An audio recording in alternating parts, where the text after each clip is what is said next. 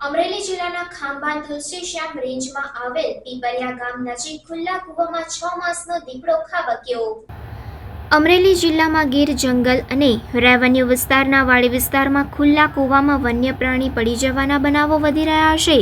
ખાંભા તુલસીશ્યામ રેન્જમાં આવેલ રબારિકા રાઉન્ડના પીપરિયા ગામ નજીક જગદીશભાઈ દુલાભાઈ સાવલિયાની વાડી વિસ્તારમાં ખુલ્લો કૂવો આવેલો છે। અહીં અકસ્માતે 6 માસનો દીપડો આવી ચડતા ખુલ્લા કૂવામાં ખાબક્યો।